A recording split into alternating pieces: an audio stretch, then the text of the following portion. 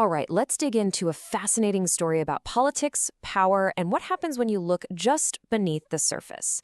Today, we're talking about Senator Bato Dela Rosa and his connection to the powerful Philippine mining industry. So you've got this very well-known, very powerful senator. And over here, you have a massive, crucial, and, let's be honest, often controversial industry. The big question is, what's the connection between them? How deep does it really go? If you go looking for the easy answer, checking the official records, his financial disclosures, you're going to come up empty. There's no smoking gun. But, and this is a big but, that is not where this story ends. The real story is found by piecing together the clues. To really get this, we can't start in the halls of the Senate. Nope.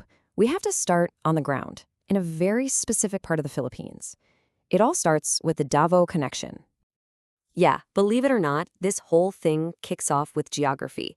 Specifically, we're talking about a province called Davao de Oro. And this is key, because this is the senator's home turf. To get a handle on the senator, you first have to understand this place. Davao de Oro is basically ground zero for the country's gold and copper. It's home to industry giants like Apex Mining. So for Senator Dela Rosa, this isn't just some abstract policy issue. It's his backyard. It's the local economy. It's where his constituents work. And as we saw with the absolutely tragic Magal landslide in 2024, it's also a source of incredible danger. Okay, so his roots in mining country run deep. We get that.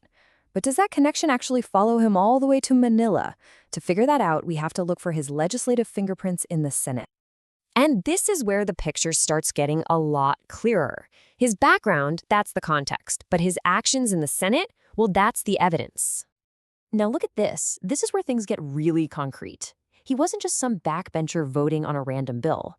He was a member of the key subcommittee and the technical working group that was literally shaping the new mining fiscal regime. These are the rooms where the tax rules for the entire industry get written. So when the final bill came up for a vote, what did he do? He voted yes. And let's be clear, this wasn't a close call. The final vote was a landslide, 18-1.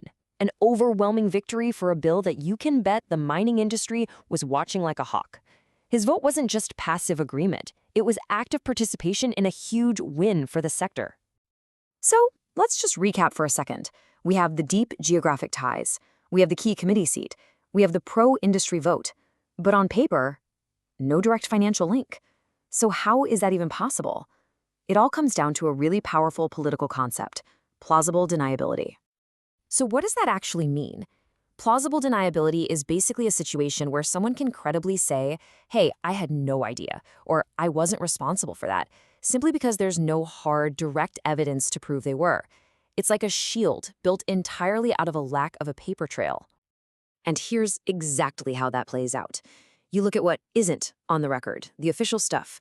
It's squeaky clean. No mining stocks in his name, no board seats, zero direct ownership. But then you look at what is on the record, the deep roots in mining country, the powerful committee seat, the perfectly aligned vote. It's the textbook picture of influence without ownership.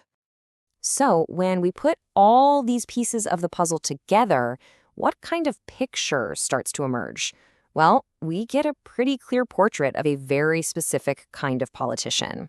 When you lay it all out, a clear four-step pattern emerges. First, you start with a lawmaker from a mining heartland. Second, that lawmaker gets a seat on a committee that directly shapes policy for that industry. Third, that lawmaker casts a vote that aligns perfectly with the industry's goals. And finally, you get a noticeable silence on the tough, controversial environmental stuff. Each step just flows logically into the next. And it all really boils down to this one powerful idea. A connection that is, and I quote, invisible enough to deny, but influential enough to matter. That just hits the nail on the head, doesn't it? That's the real story here. It's about influence that thrives where you can't quite see it. Which leaves us with one final, pretty critical question to think about. In a political world full of plausible deniability, where power can operate without leaving a paper trail, how do we as citizens actually track influence that is specifically designed to leave no tracks?